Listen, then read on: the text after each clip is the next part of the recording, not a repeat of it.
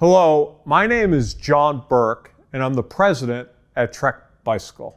My father started Trek in 1976. I've worked here for 40 years. A couple of months ago, I gave a presentation on Trek's climate initiatives. There were a bunch of people in the audience. They found it to be worthwhile in their company's journey, and so I thought I would share it with you today. So about 10 years ago, I was on a bike ride with Rory Kennedy, and she had just finished a documentary on her uncle, President Kennedy, and on the mission to the moon. And one conclusion that she came to through interviewing a lot of people at NASA is that NASA not only knows a lot about space, they know more about the Earth than anybody else. And she said something to me that has really stuck in my mind. And that is, the smartest people at NASA say that we only have 10 years to turn the tide. And that 10 years from now, people are going to ask, during the climate crisis, did you do everything that you could to save planet Earth? And the answer for people and for companies is going to be yes or no. And after we had that conversation, I came back to Trek. I got the leadership team together, and we really started on our sustainability journey. Now, there's one graph in that documentary that really hit me, and it's the amount of carbon that there is in the atmosphere. And if you go back over hundreds of years, it's pretty constant at around 275. And then all of a sudden, at the end of the 1800s, it starts to move up. And in the 1900s and in the early 2000s, it just spikes. And it doesn't take a genius to take a look at where the next points on the graph will be. And so I'm a little concerned about this, so I did some research, and we went back to the mid-1850s, and we plotted the temperatures. And if you take a look from 1850 until today, the average temperature on Earth has increased by about 2 degrees. And that's super concerning because just think about your body, 98.6. If you add 2 degrees to your body, you're at 100.6 and your body is sick. Well, that's where we are as a planet. Today, planet Earth is sick. Today. But the real question is, where will it be in the future? And what are the scientists telling us? The scientists are telling us that if the trends continue, we could be in a situation between now and the year 2100 where the temperature increases by 4 degrees. And if it increases by 4 degrees, that is an absolute catastrophe. In 2100, you might take a look at it and say that's 76 years away. Well, if you go back 76 years, that's after World War II. It's not that far away. There's a lot of people who live on planet Earth today who through normal lifespans will make it to 2100 if the planet was like it is today or like it used to be. But if you're taking a look at this world, at this planet, at 2100, it's a scary situation. And so the question is, what are we doing about it now? What are our political leaders doing? What are our business leaders doing? And what are everyday citizens doing in order to turn the tide?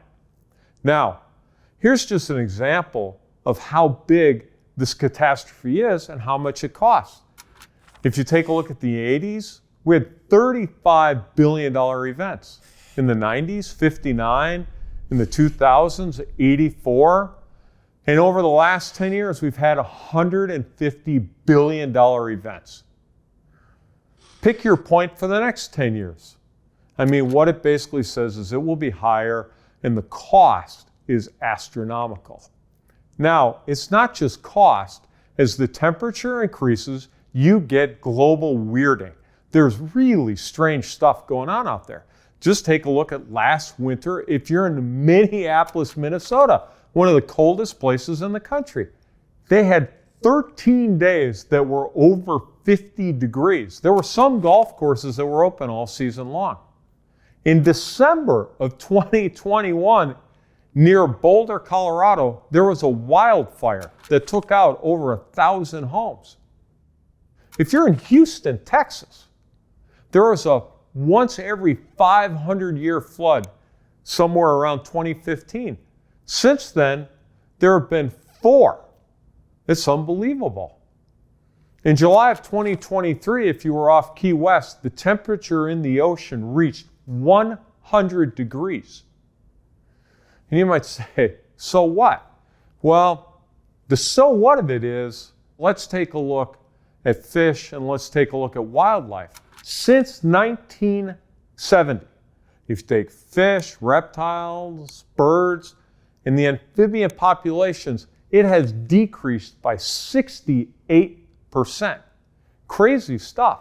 If you're in the state of Wisconsin, we've had 40 tornadoes this year. In an average year, we'd have 23. And this year, it's only through July. This is the kind of weird stuff that's happening, and the temperature on this planet has only increased 2 degrees. Between now and 2100, that number could be 4 degrees.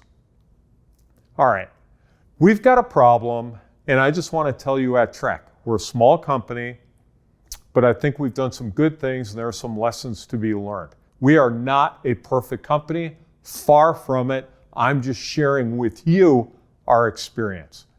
Okay, the first thing we did is we did an emission study. We hired an outside group. They came in and they said, Trek, here's your carbon footprint. What did we learn? 96.2% of our carbon footprint comes from making things. All right, the second thing we did is we set a goal. We said, you know what? We want to reduce our absolute carbon footprint by 32.5% by 2032. We took a look at everything. We said, this is a goal that we think is achievable. The third thing we said is we're going to reduce all of our packaging. At Trek, we're trying to get rid of as much plastic as we can. This is one example of a pump. We saved 30,000 pounds of plastic. We used to have something like 35 pieces of plastic in bike packaging. Today, it's gone from 35 pieces down to 3. Overall, we've saved 532,000 pounds of plastic since 2020. Now, the fourth thing we've done is we've taken a look at all of our materials. And what we found here is we found that the aluminum we're using is really dirty aluminum. Didn't know it, but that's reality. And it emits a lot of carbon. So one of the huge changes we're making at Trek is we've been working with our suppliers and we're moving from dirty aluminum to clean aluminum. And this is going to massively cut our carbon emissions. And when you take a look at model year 25 Treks, which start to come out this year in September, we're transitioning all those products to use clean aluminum. If you take a look, it takes out almost 80% of the carbon out of those frames, and that goal of 2032 will probably end up getting there by 2027 just because of this one big change. This is the single biggest thing we can do to reduce our carbon emissions. If you do a study, it's going to point you to places where you can concentrate your efforts. All right, reducing our use of air freight. We used to use a lot of air freight. We have slashed our use of air freight by over 75%. Number 6, I really believe there's a future in people using the products they buy more. We've taken a look at Patagonia. We've taken a look at other companies. We said, there's a lot of bikes in garages. Why don't we get our own circular economy going? That red barn is where Trek was founded. We turned it into a used bike center. We bring bikes back. We refurbish those, and you can buy them on Red Barn Refresh. And number 7, one of the things we're doing is we're reducing car trips. Bicycles are simple solutions to health, to congestion, to environmental solutions. We're coming out with an app sometime December, first of the year, and that's going to keep track of the amount of car trips you replace by your bicycle. We're really going to encourage people to use their bikes more. If you go to Europe, there's some countries over 25% of trips to the soccer field, to the restaurant, to the grocery store, to school, 25% of those trips are taken by bike. If you're in the United States, that number is around 1%. It's a huge opportunity for Americans to make a difference by riding their bikes. Okay, and number 8, one of the things we're trying to do is be an example.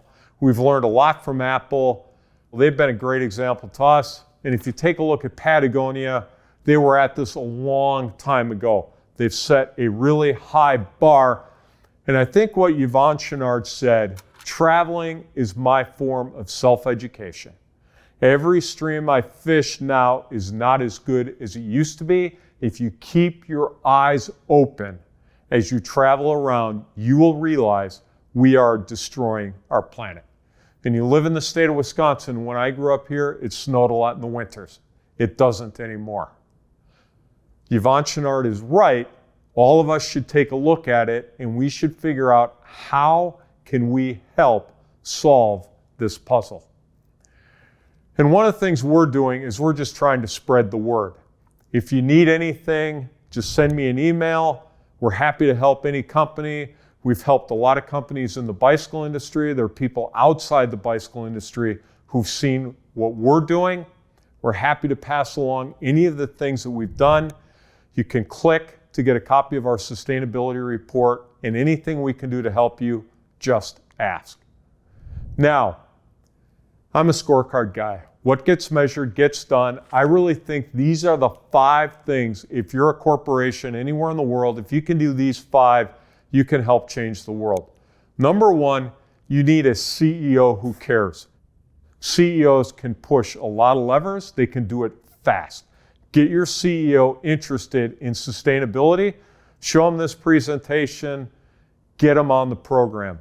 Number 2 is just do a study. Studies are easy to do. You can hire somebody. It doesn't cost a lot of money. It can be done in a relatively short amount of time. Number 3, set a meaningful target. Have a goal. It really helped us at Trek.